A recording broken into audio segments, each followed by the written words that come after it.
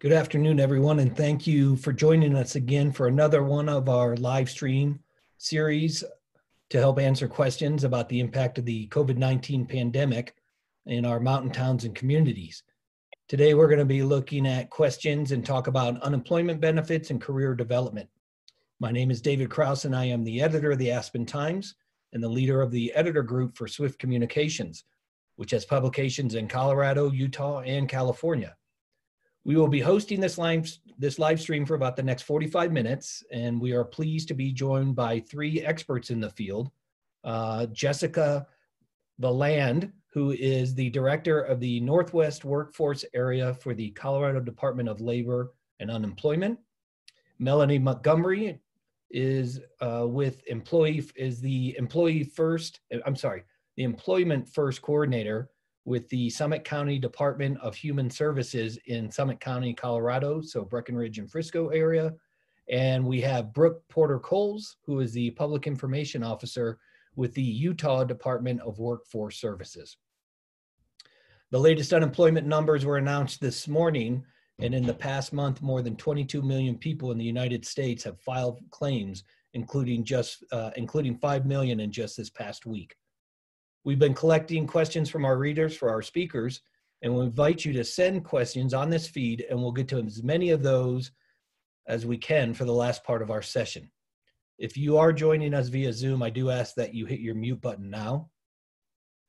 Also, I'd like to quickly introduce the editors in each of our markets and communities that we serve. In Colorado, we have Nicole Miller at the Summit Daily News, Nate Peterson at the Vail Daily, Lisa Schlichtman at the Steamboat Pilot and Today, Peter Bauman at the Glenwood Springs Post-Independent, Kyle Mills at the Rifle Citizen Telegram, Eli Pace at Sky High News, which serves Grand County, and Josh Carney at the Craig Press.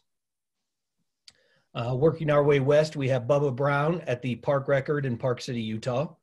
And in California, we have Bill Rozak at the Tahoe Tribune, and Brian Hamilton at the Sierra Sun and Grass Valley Union.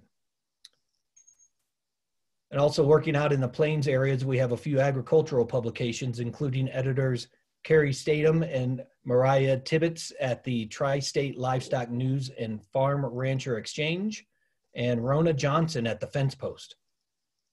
Just so our viewers know, after this live stream, we will post this Q&A to all of our websites and our social media, so you'll have it there to share and refer back to. And with all of that, I'd like to turn our conversation over to Kelly Geary-Agnew, who is the marketing strategist for Swift Communications and has been working with our editors and our panelists on this project. So Kelly, take it away. Thanks, Dave, and thanks everybody for joining us today. So real quick, I just want to give our panelists the chance to introduce themselves. So we'll start with Jessica. Good afternoon. I'm Jessica Valand with the Colorado Department of Labor and Employment. I oversee a 10-county area in Northwest Colorado, all of our area workforce centers, and I'm a lucky resident of Steamboat Springs. Excellent. Thanks, Jessica. Next up is Melanie. Hi, Kelly. I'm with the Department of Human Services here in Summit County. I am the Employment First Coordinator, which I help people on food assistance find work or get training or education or skills for a new career. I also used to work with Jessica at the Colorado Workforce Center, where I was a employment specialist and business service rep. Perfect. Thanks, Melanie, for joining us today. And last but not least is Brooke. Good afternoon. I clearly sent in a very pixelated picture. That was my mistake. But I am a public information officer for the Utah Department of Workforce Services. So I'm based here in Salt Lake, but we service the entire state in not only providing unemployment insurance benefits, which is what many people are interested in right now, but also a wide variety of different divisions that are connecting Utahns to our workforce and helping them with employment. Perfect. Thanks, Brooke. So as Dave kind of mentioned, our publications cover several states, and we've got our panelists here from Utah and Colorado today. I know we may have attendees from across different areas. We're going to do our best to kind of navigate what may be different from place to place as we go through, and really talk about what some of the differences are with the federal programs that hopefully apply to everyone across our markets today. So to start with, I'm going to pass it back over to Jessica, and she's prepared kind of an overview of some of the key areas that you need to know about when it comes to applying for unemployment, and what the benefits that come with the CARES Act are, and some of those changes. Thanks, So, Kelly. take it away. Great, thank you. So as many of you might be familiar with, unemployment insurance is not a new system. It's something that we've had in place for a very long time in this country, going on about 100 years. Unemployment insurance as a system was never intended to deal with an economic disaster of this proportion or of this type. And so for that reason, the federal government and to another extent, state governments have been having to do some adjusting to regular unemployment insurance systems in order to make them stretch to accommodate what's happening right now. Before I talk a little bit more about some of the federal provisions in the CARES Act, I want to do a quick overview of garden variety unemployment insurance. This is specific to the state of Colorado, which is where I work. I'm sure that if Brooke, if you want to chime in at any point to kind of correct the record for how it looks in Utah, please feel free to do so. But a lot of this will be generic and applicable no matter what state you're in.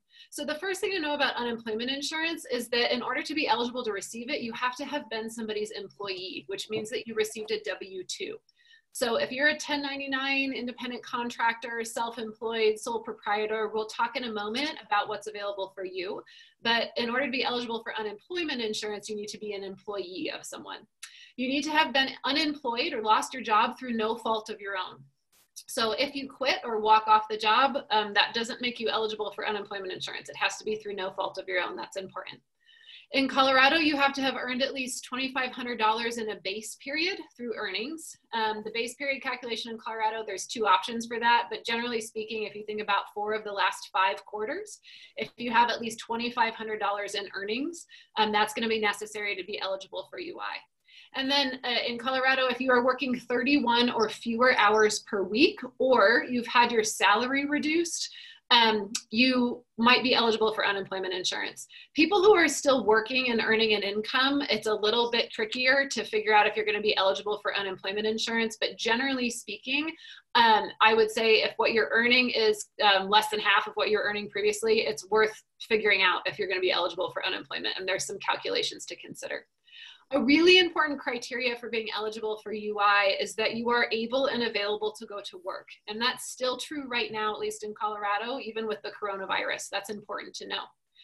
Unemployment insurance in our state reimburses 55% of your lost weekly wages up to a cap. And that cap in Colorado is $618 a week. It will probably be different for Utah and California and elsewhere. Every state has a different cap, but our cap is $618. Normally unemployment will reimburse those wages for a total of 26 weeks, but part of the federal CARES Act extended that time period an additional 13 weeks. So now unemployment will pay for a total of 39 weeks. It's important to know that those weeks don't have to be consecutive, especially if you're earning some money. You might have a week where you earn too much and can't get unemployment. That week doesn't count against your total. So it's 39 total weeks is what you can receive now. Traditionally, there's a waiting week. When somebody is let go, they need to wait a week before they file. That week has been waived. So if you have lost earnings or hours or have been laid off entirely, you do not need to wait to file for unemployment insurance. You can do that right away. Another normal circumstance of receiving UI is that you're actively searching for work. In the state of Colorado, via executive order, work search requirements have been waived. I can't speak to what other states are doing, but in Colorado, you do not have to look for work right now as a condition of receiving unemployment. And then the information for how to file in our state in Colorado is there on the bottom bullet. You do that online or by calling the 1-800 number. And I would just chime in to say a couple things that may be a little bit different for Utahns, if that's okay. Generally, everything you shared is still true. It's important to note, like you said, that unemployment insurance is determined on a case-by-case basis. And so not everything is perfectly across the board, but the max for us in the state of Utah is up to $580 in benefits. In the reimbursements for wages lost. And currently you can receive unemployment insurance benefits up to 26 weeks. The waiting week has not been waived yet in the state of Utah, but it is a bill up for discussion in the special session that is currently happening with our state legislature.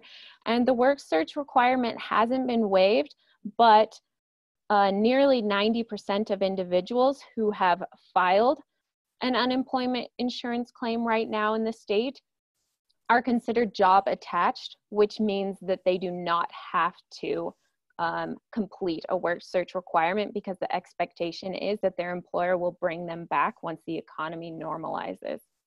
So those are the only differences. Thanks, Jessica. Thanks, Brooke. Great. Thanks, Brooke. Okay, so for those that are ineligible for unemployment insurance, if you are not an employee, you don't receive a W-2, or maybe a variety of other reasons we'll talk about, the CARES Act, which is the federal bill that passed a couple of weeks ago, created something called Pandemic Unemployment Assistance, or PUA. In order to be eligible for PUA, you have to be ineligible for unemployment insurance. So if you are eligible for regular unemployment insurance, you're going to have to file that way.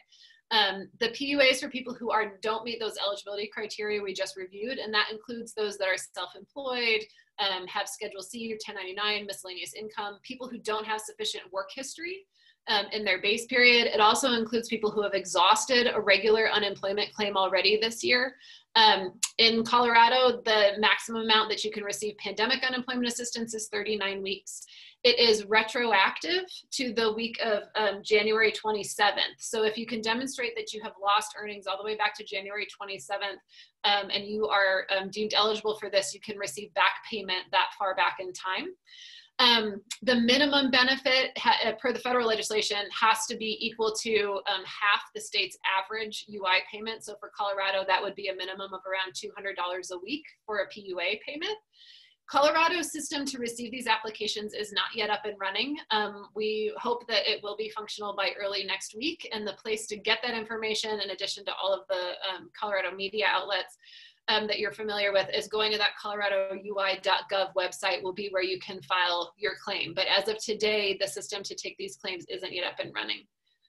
Brooke, was there anything you wanted to clarify for you guys? Yes. Everything is true for us except that the application went up yesterday for us, and they can get that at jobs.utah.gov. And then there's a button right at the beginning that lets you click on COVID-19 information, and that'll take you right to where the application is. So individuals who qualify for this can begin applying now. Great, good for you guys. So on the next slide, Kelly, if you don't mind. So the other thing to remember here, for people, in order to receive unemployment, you have to be able and available to work. If you are not able and available to work for matters related to COVID-19, you would file for pandemic unemployment assistance. And it's not kind of carte blanche. There's really specific criteria on what that means to be unable and unavailable to work because of the coronavirus. And those are listed here. I'm not going to read all of them for you, but generally speaking, if you are sick or in quarantine, or your business has been closed because of a public health order, or I know in Colorado, many places, all of our schools are closed. So if you have to stay home to care for children and therefore you can't go to work, those would be criteria that would fall underneath unable, unavailable, would make you an appropriate candidate for pandemic unemployment assistance. And this is all from the federal legislation. So I would imagine for Utah, it's the same. Great. Any differences in application for the PUA process? So as well, Brooke told you, they already have theirs up and running, which is great. Ours will hopefully in Colorado be up and running on Monday, and the application process will be the same. You'll need to go to coloradoui.gov to apply. For purposes of demonstrating what income you have lost, it's important to know that both unemployment insurance and pandemic, they're retrospective. They're looking back at what you have earned, not what you thought you were going to earn in the future. So in order to file for PUA, or if you're filing for regular unemployment, you need your tax and income information. In Colorado, for the previous 18 months for UI, I would recommend that you have the previous 2 tax filing years for PUA. So, your Schedule C or your 1099 or whatever documentation you have to demonstrate your income over the previous 2-year time period will be necessary to complete an application. That's the same case in Utah. It is a separate application. It won't apply through the same application as our traditional unemployment insurance benefits, but it is built very similarly, if not just a little simpler, in order for us to get it up and running quickly. Just like she said, the same documents are helpful to have. You'll need to identify yourself using a driver's license, your social security number, and then work history through 2009, as well as tax information. And if you don't have 2019 tax information yet available, you can provide things like a general ledger. It goes through different optional documents that you can upload in place of that. Perfect. Same is true in Colorado. If you haven't filed for 2019, have 2018 available. Great. A few questions just coming across in the chat about if people need to extend their benefits. If you're currently receiving unemployment, but it is expiring after the 26 weeks, will it automatically be extended in Colorado? Can you apply for the COVID federal assistance after your Colorado UI expires? So in Colorado, if you are on your 26th week of an open UI claim, you need to keep requesting payment in your My UI Claimant website in order to get that. So there's an additional 13-week tack on to our regular unemployment insurance benefits in the state of Colorado. Keep requesting payment and it should continue to pay on your claim. If you have exhausted a claim, meaning that your current claim is more than 12 months old, so there's no money left in the claim and also the time period has expired, you will need to apply for pandemic unemployment assistance instead of regular UI. And again, Colorado's system to take these claims is not up and running just yet, but hopefully by the beginning of next week. The answer is the same in Utah, except that we don't yet have the extended benefits portion of the CARES Act yet up and running. But if you have exhausted your benefits, you've reached those 26 weeks, then you should continue filing your weekly claim, even though it will tell you that you are you have exhausted your benefits. And then once that extended benefits program as part of the CARES Act is up and running, we will retroactively provide those payments. Got it. Okay, something really important for everyone to be aware of that was also part of the CARES Act is called Pandemic Unemployment Compensation, or PUC. I apologize on behalf of everyone who's struggling with these things that are all named the same. It makes it kind of inherently confusing. PUC, or pandemic compensation, is an additional $600 a week benefit on top of whatever you receive in unemployment insurance or pandemic unemployment assistance. So whether that amount is $25 or $500, you'll get an additional $600 tack on that will be paid out weekly as long as your claim is continuing to pay.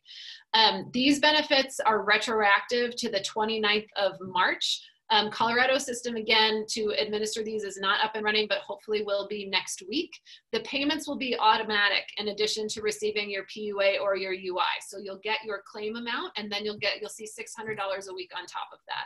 These weekly, the PUC payment will pay out weekly as long as your claim remains active and paying through July 31st. It's important for folks to understand that the combination of unemployment insurance or PUA with the PUC very well may likely increase your income level above what it was before you were let go from work. So for example, Colorado's average unemployment insurance payment is $400 a week. With the added $600 a week, that's $1,000 a week through the end of July, so long as your claim continues to remain valid and paying. In most of our mountain resort communities that I represent, all up and down I-70, Steamboat Springs, and Grand County, average weekly wages are less than $1,000 a week. So it's important, I think, for employers to understand and also for claimants to understand that this additional PUC amount is going to substantially increase their ability to make ends meet over the next 4 months. The reason that it's $600 is because at a national level, in writing the legislation, Congress took the difference between the average weekly wage in the United States and the average unemployment payment, and it was $600. So that's where this came from. So the intent here is to help make people financially whole. Normal unemployment insurance is designed to not make you financially whole so that you have an incentive to go out and look for work. Right now, because there's not work to look for, Congress wrote this into the CARES Act to help make up that difference, because, you know, an average weekly payment of $400 a week is not enough for anybody to live off of. So this additional PUC payment is intended to try to shore people up until folks can actually get back to work when the economy starts to normalize. It's important to know that this is considered taxable income, as is unemployment insurance benefits, as are PUA payments. You will have to pay a personal federal withholding tax on receiving these. In Colorado, when you file, you have the option to elect to have that taken out automatically. If you don't, you'll owe it on your tax returns next year. So this is considered income for taxation purposes. The PUC payment is not considered income for calculation of other benefits like Medicaid and CHIP. It won't be factored into determining your eligibility as income. All of that is true in the state of Utah as well, except this benefit is available. It began going out last week. So there were some retroactive payments that should have now all been sent out last week, and now it will just be included as a regular part of your weekly benefits payment. So as individuals become eligible for those payments, as well as claims continue to be processed, they'll begin seeing this payment as well as part of their benefits. You guys are on it in Utah. Hopefully next week in Colorado we'll have this. Great, it's a lot of work. Yeah. They're ahead of the game. A question that's come up a couple times from our audience, we have obviously in a lot of our markets seasonal employees, and some of those seasonal employees typically already are filing for UI based on the seasonal requirements of their job. Any advice for them or anything that's different that they should do? In Colorado, I would say no. So generally speaking, if you're a seasonal employee, you're an employee. A lot of our seasonal workforce is used to filing for unemployment during shoulder seasons anyway. You would continue to go ahead and file and apply. There is no reason there's been some miscommunication. I think folks believe that seasonal employees are ineligible for some of these benefits. That's not true in Colorado. So there's nothing about being a seasonal worker that necessarily makes you ineligible for unemployment. And if you're receiving unemployment, you will automatically get this $600 a week PUC payment. It's the same case in Utah, that seasonal workers, the only thing they should do is continue to file their weekly claim. They don't need to contact us. They don't need to apply for anything else to receive these additional benefits. It will automatically occur on their weekly benefits. Right. And I should say, if I didn't say, this is retroactive to the 29th of March. So for example, in Colorado, once these benefits begin to pay, you should receive a lump sum retroactive payment if you were receiving unemployment during the 2 weeks that have already gone by since the 29th of March. Okay, great. That was a question in the chat. All right. So we've covered a lot of this. I think maybe I want to cover the second part of this question, maybe from both Colorado and Utah perspectives, things that have changed with the process, if anything, to accommodate for the increased demand. Obviously, Dave mentioned what huge numbers we're looking at nationwide as well as in individual states. So any accommodations that are being made to help people access these benefits as soon as possible. One of the biggest changes in Colorado is that we're on a filing system where you file based off of your last name. And I apologize because I don't have the days directly in front of me, but I believe it's if you're A through M, then you would file on Tuesdays, Thursdays, Saturday afternoons, and Sundays, and then the opposite for the rest of the alphabet. So that was an implementation that we put into effect early to help deal with the just the capacity of the system to receive all of these claims all at one time. That seems to be helping. It seems like most claimants are having the experience of getting their claims processed and getting through pretty timely. So, you know, in terms of the experience of applying, that's one of the largest changes. Another change that we've done in Colorado, in order to request payment, you have to have a PIN. We've started, typically PINs are mailed to you in the mail. We've started emailing those PINs. And so when you apply for unemployment, you have the option to input an email address. I would strongly encourage everyone to do that so that you can receive your PIN very quickly instead of having to wait for the paper version to come in the mail. As far as in Utah, the process hasn't changed significantly. What we have done is for us, the Unemployment Insurance Division is a part of a a much larger department, the Workforce Services Department. So what we've done to meet the increased demand is reallocating resources and employees within the department to help continue to process these claims in a timely manner. And claims are continually going out. The biggest thing that we're emphasizing is asking individuals to apply online and to very carefully make sure that their application is done accurately and completely, to not put any delays in the processing of their claim. And one thing that they will run into is that given this massive influx of claims, some of our normal service levels have changed, which is some of our phone wait times or chat wait times. So the best thing to do is to wait for us to contact you. If there are any questions on your claim, we'll contact you if there's any questions that would negatively impact the benefits that you'll receive. And then, like Jessica said, it's really helpful when you're filing to select to receive communication through email rather than mail, because that can put delays on the processing of your claim. But those are some of the changes that we've seen. But like Jessica said about Colorado, we're still seeing claims processed in a timely manner. And so money is going out and getting to people who are critically in need of these benefits. And I would also add, in Colorado, at least, if you do not have a computer and filing online isn't something that you can do, we do have an option to file by phone. It can be a little bit complicated. If that's not working for you, or if you're having issues with your claim, I encourage you to contact your local workforce center. My staff, at least in our mountain resort area, are all right now working to help assist folks that are struggling with their unemployment insurance claims for reasons related to, they don't have a computer or they have a particularly complicated issue. So if you are struggling in Colorado, I would encourage you to reach out to your local workforce center for added support if you need it. Perfect. A question I've seen come across a couple of times, if people are working currently, but they've been notified that their position is going to end or they're going to be terminated by a certain date, when should they plan to file? So if folks are still receiving income, they should probably wait to file until they're no longer receiving income, would be my advice. There's some different, some employers are forcing or having folks utilize all of their PTO before they effectively lay them off. That's a little bit of a different set of circumstances, but generally speaking, if you're still working and you're still receiving income, you need to wait until you've actually had a separation date to file your claim. That's the same case in Utah. Great. And then maybe from both of you, if you have a sense of, once people have filed, what's the time frame they're looking at for getting their first payment most of the time? In Colorado, it's about 2 to 6 weeks at this point, although our system is working very quickly to try to expedite that.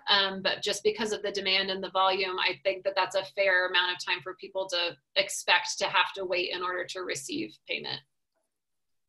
Yeah, I agree with Jessica. Our traditional service level is 14 to 21 days. Right now, some people are seeing it reach 21 to 30. So especially as we continue to work through the workload that's building on itself, they may see it reach closer to 30 rather than 21 days. Great, thank you. So we've touched on this, I think. Anything else with the CARES Act that we haven't covered that is important for our audience to know? We covered most of it. Okay, great. What documents should I bring when I apply for unemployment? What do I need to be prepared and go through the process quickly? Yeah, so as we said, have your tax documentation or your for your W-2 statements if you're filing for regular unemployment insurance, and then other types of income statements if you're filing for the pandemic assistance. You'll need your Social Security number when you file, just correct and current contact information. Anything else Same in Utah? And patience, bring your patience. Right, yeah. Please. We've touched on how long unemployment benefits will last and the extensions that are going on beyond that. So job seeking requirements, Jessica, you mentioned that the current or typical requirement's been waived in Colorado. Brooke, did you say that's the same in Utah? It's not waived across the board right now in Utah. Okay. What is happening right now in Utah is that the majority of individuals, and when I say the majority, it's nearly 90% of individuals that are filing right now are considered what we call job attached, meaning their employer has promised that this is a temporary furlough or separation, and that once things normalize, they will be asked to return back to work. And so when the case is the job attachment, that requirement is waived. But for individuals that have been entirely separated from their job, we are still asking them to fulfill job seeking requirements. And what that looks like is that once they file their claim, they will then be asked to sign up into our system that will then connect them to a job assessment, kind of looking at their skills and then connecting them to applicable workshops, and then also our database of available jobs, which right now is at about 23,000 jobs that are still available and asking for applications. Currently, those are current job openings in the state. And after that, they'll be required to complete 4 job contacts a week, which means 4 applications. And they can attest that they have completed those each week in their weekly claim, which is sent out on Sundays. Yeah, and I should add, in Colorado, the same criteria that Brooke mentioned about job attached is true. A lot of our claimants are filing job attached. For us, that means the employer intends to bring them back within 16 weeks. There's not an obligation there for the employer to do so if they don't have a job at that time period. And also the employee is not obligated to go back to that employer. If they find another job someplace else, they're welcome to take it. Most of our claimants are also currently job attached, but because the work search requirements have been waived for everyone, it's not as meaningful for us if you file job attached or not, because no one is currently being required to search for work. However, all claimants in Colorado are being required to sign up at connectingcolorado.com, which is basically registering with the workforce system, so that when the economy does start to normalize and people can be put back to work, that we have a way to connect folks with jobs. So work search is waived, but registration with the state's workforce system is a requirement for all filers, job attached or otherwise. Great. All right, this next question I wanted to pass over to Melanie. Melanie's focused in Summit County, but I wanted to make sure we give our audience some ideas about what they could do while they're unemployed, and what are some things that they could do, resources they can access, and et cetera, to prepare to re-enter the workforce whenever that may happen. Sure, yeah, with this downtime is perfect time to either increase your employability or take the next step in a career pathway by getting like a certificate, or even starting a new career altogether. If you go online, in our area, we have Colorado Mountain College, and they're waiving all tuition, books, and fees for this summer for anyone that was affected, lost their job due to COVID, or a full-time resident who owns property. If you go to CMC, Colorado Mountain College, there's more information about that. There's lots of online classes now. They're waiving fees, they're postponing fees till you get your job back, so you can look into that. Update your resume. Now is a great time to update resume. The Workforce Center has a lot of resources. They'll review your resume, make suggestions. Also, just with hints with resumes, you want to make your resume geared towards the job announcement. So take those keywords out of the job announcement and make sure that they're in your resume and your cover letter. Also, interviewing. Interviewing is so important, and people don't take it seriously enough.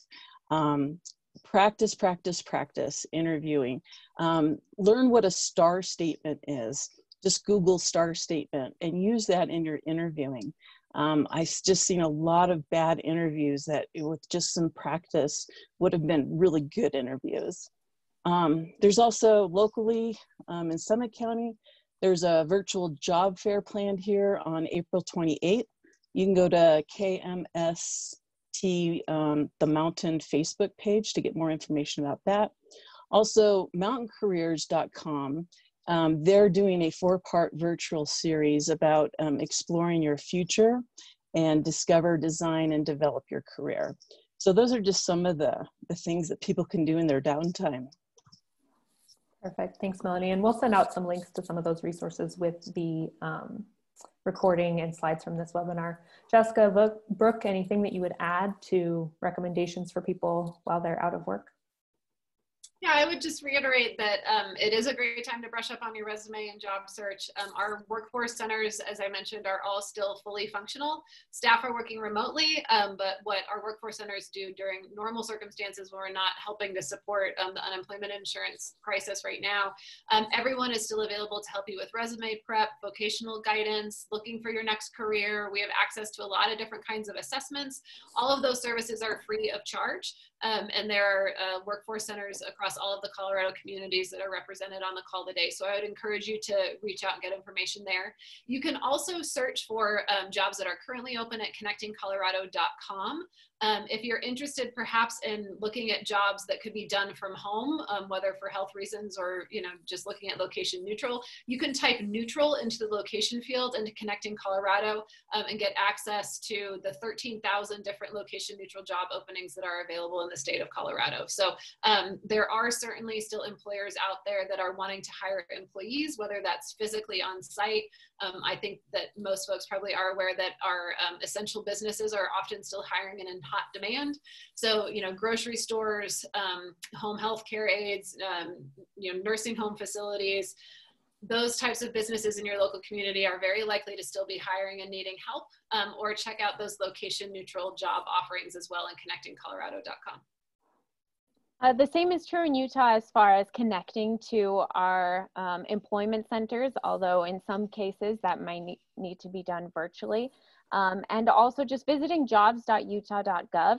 There are a wide variety of options, and just on our homepage, you can click on job tools, and that'll take you to different job search tools and different workshops that are available, as well as assessments to help you brush up on different skills or build new ones that you're looking for. Also, that is a great place to stay caught up on what events we have available. An example of some of the events we're doing is a virtual job fair that we had this morning with hundreds of employers. And so there are a lot of resources like that that we are regularly providing to try and connect people who are worried about where they might go once some of these restrictions are lifted. So there are a lot of resources at jobs.utah.gov.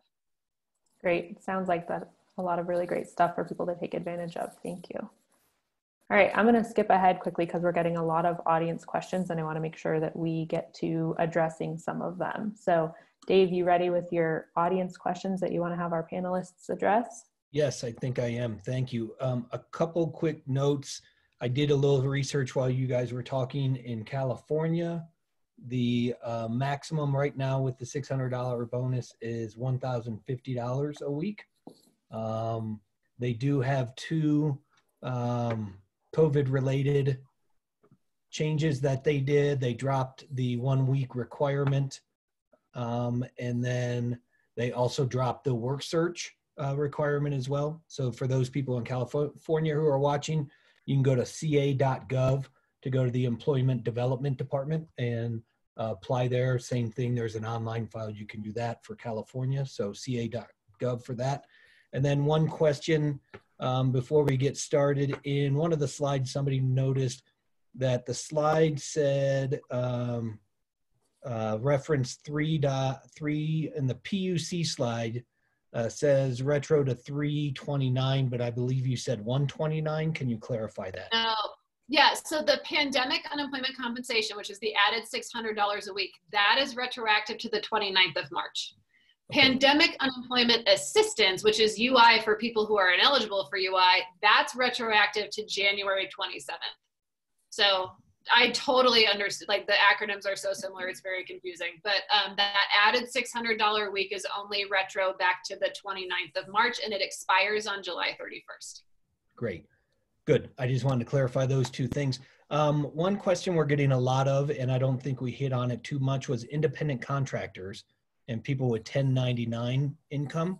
Can either one of you speak to what's the best way to go if you're an independent contractor? Because I know we have a lot of people up here who are photographers or in the wedding, you know, and doing their own thing.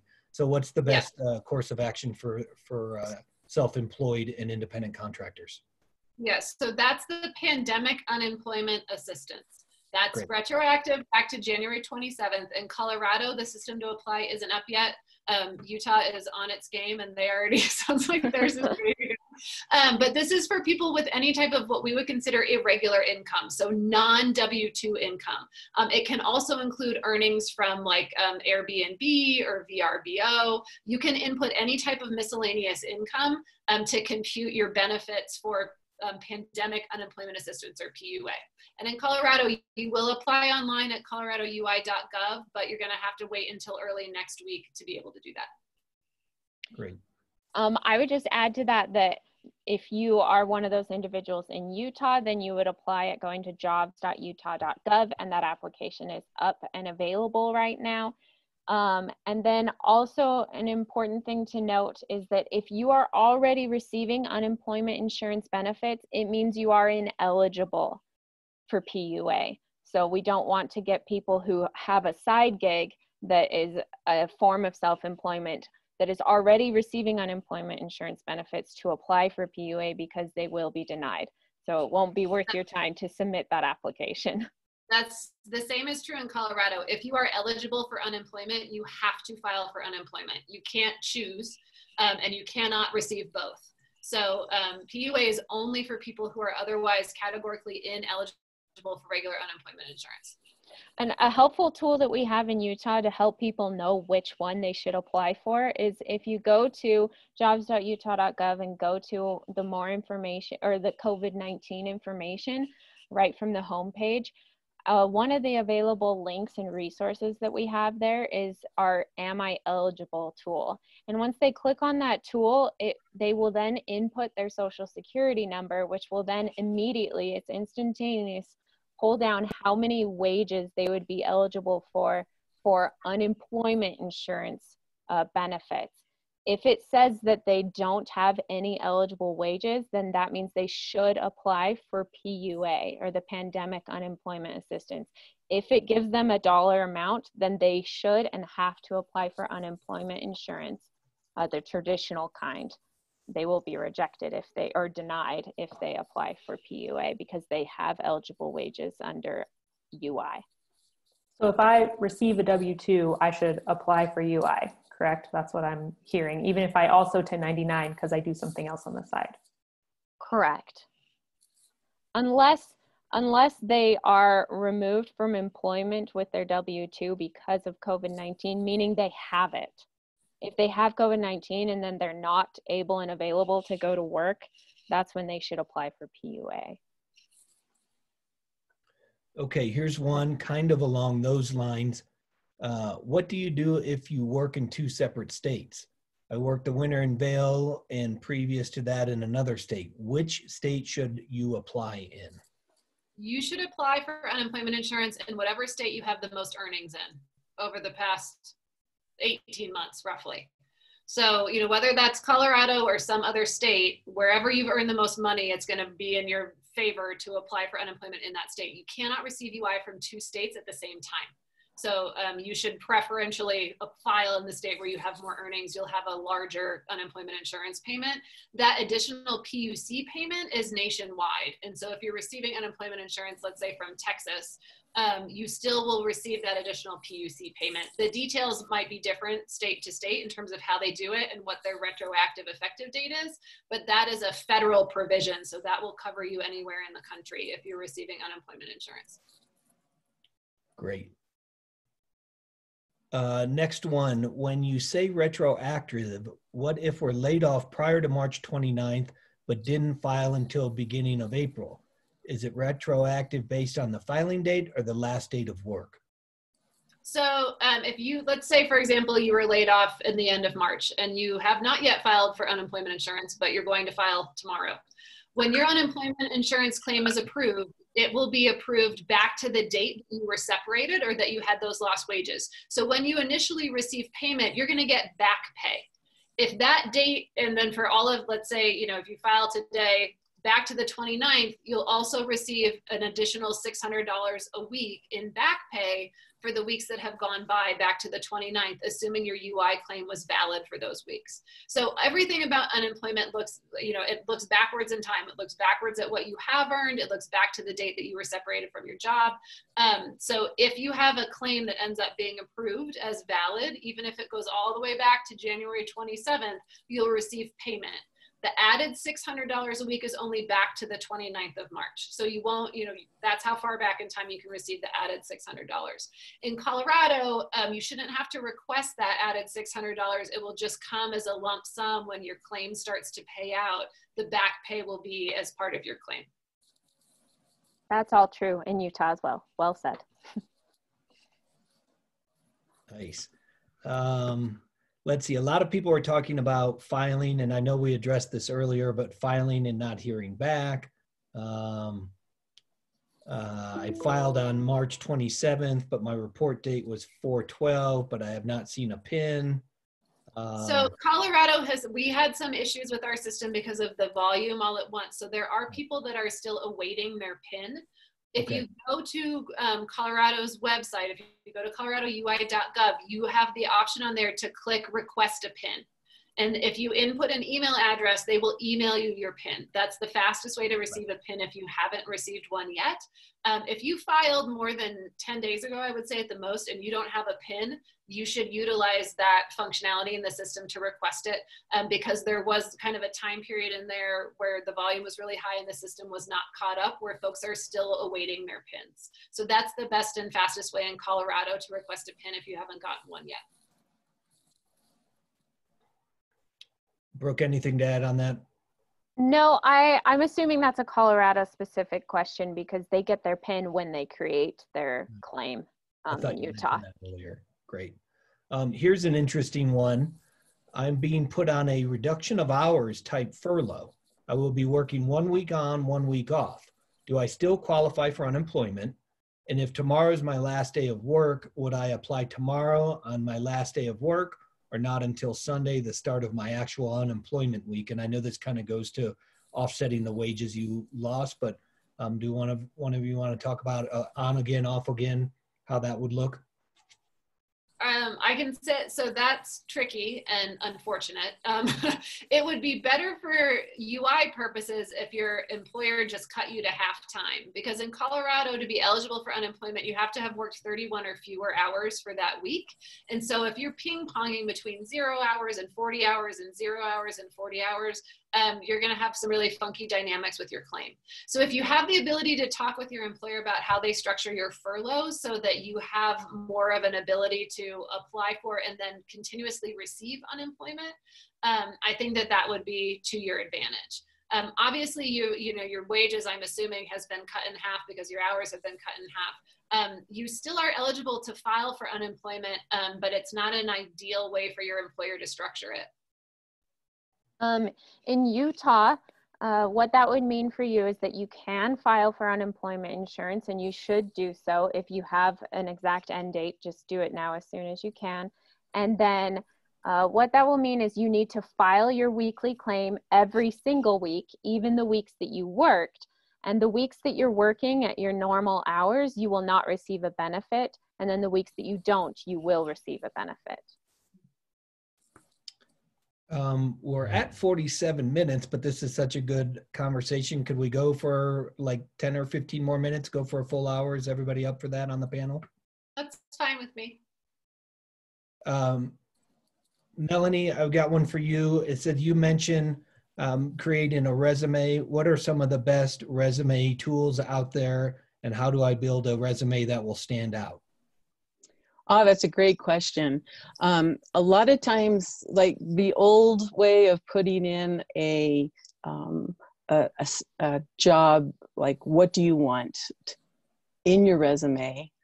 You want a summary now. The summary is where you want to put in all those keywords that they're looking for. There's a great tool online.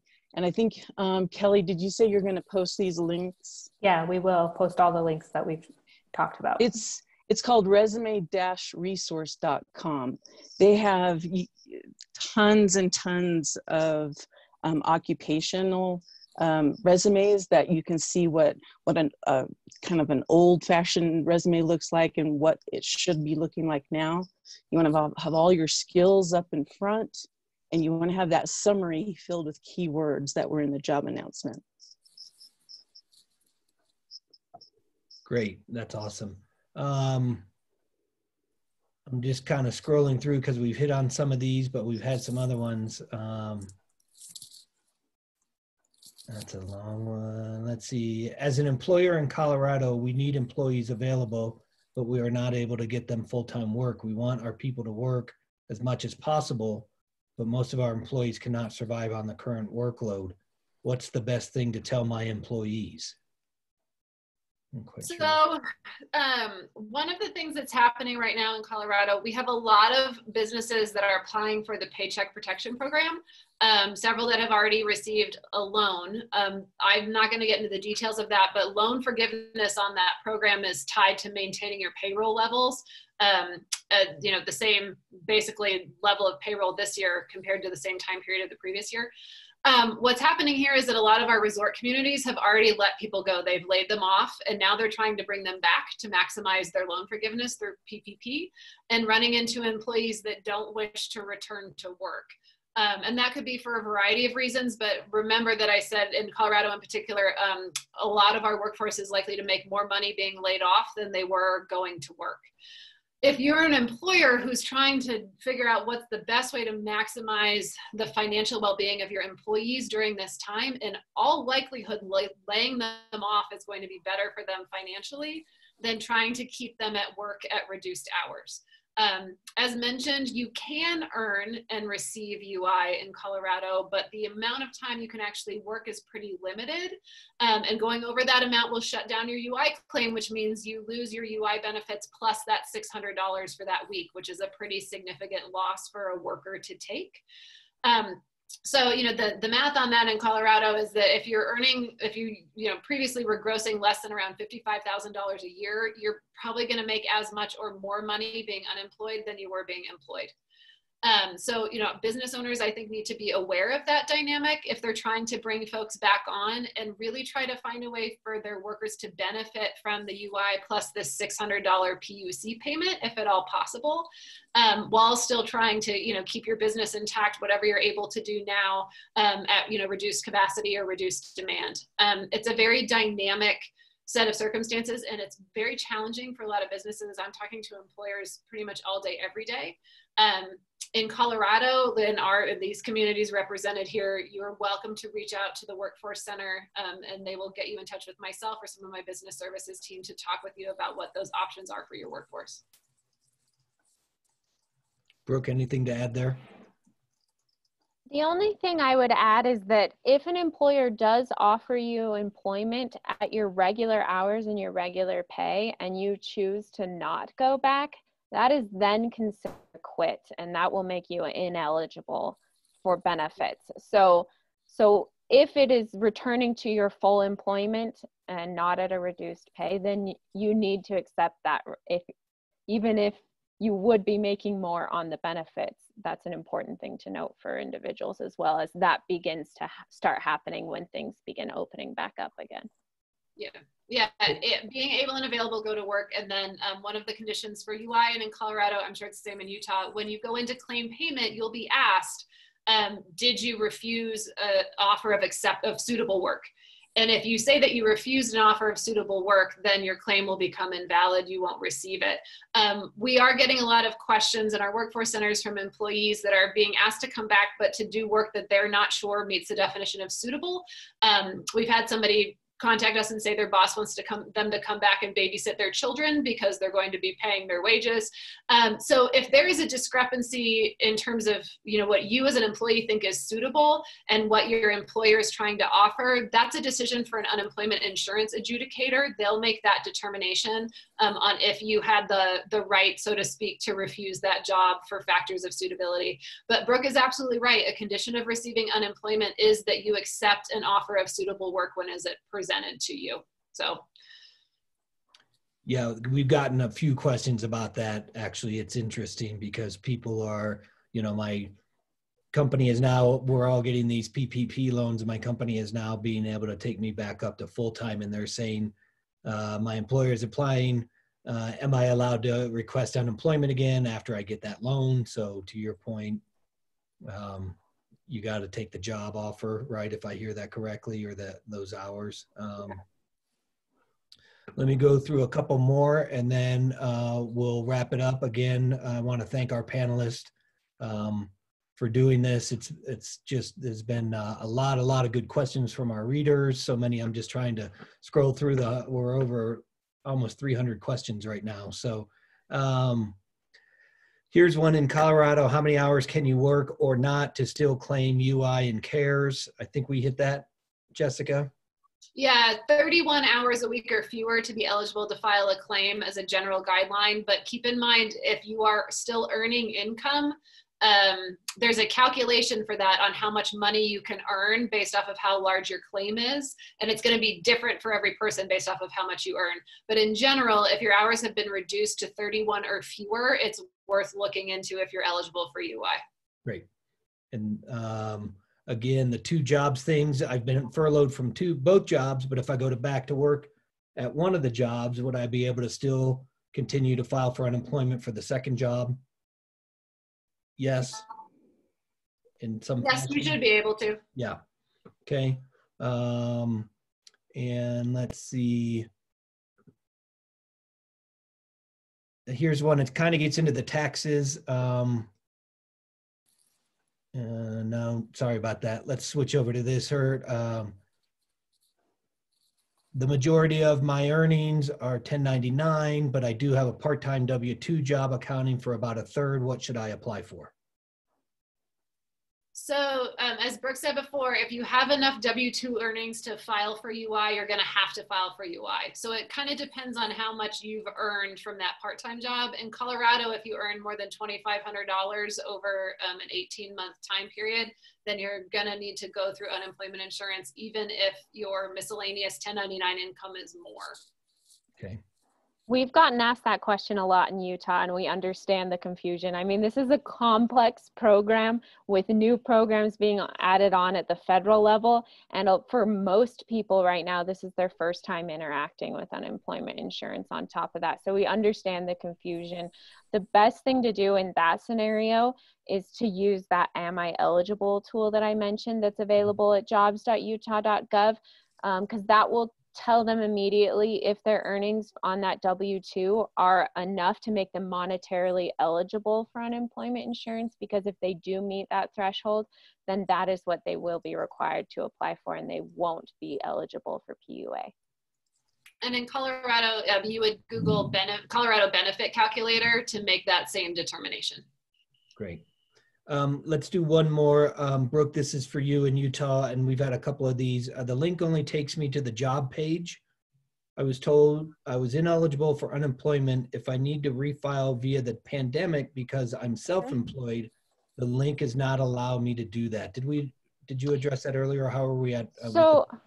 So if they're clicking on the button that takes them to the link, so if they go to jobs.utah.gov and then they click on the COVID-19 information, that will take them to the application with the button for pandemic unemployment insurance. And when they click on that, then they'll need to log into our system or create a Utah ID that will then allow them to access our system.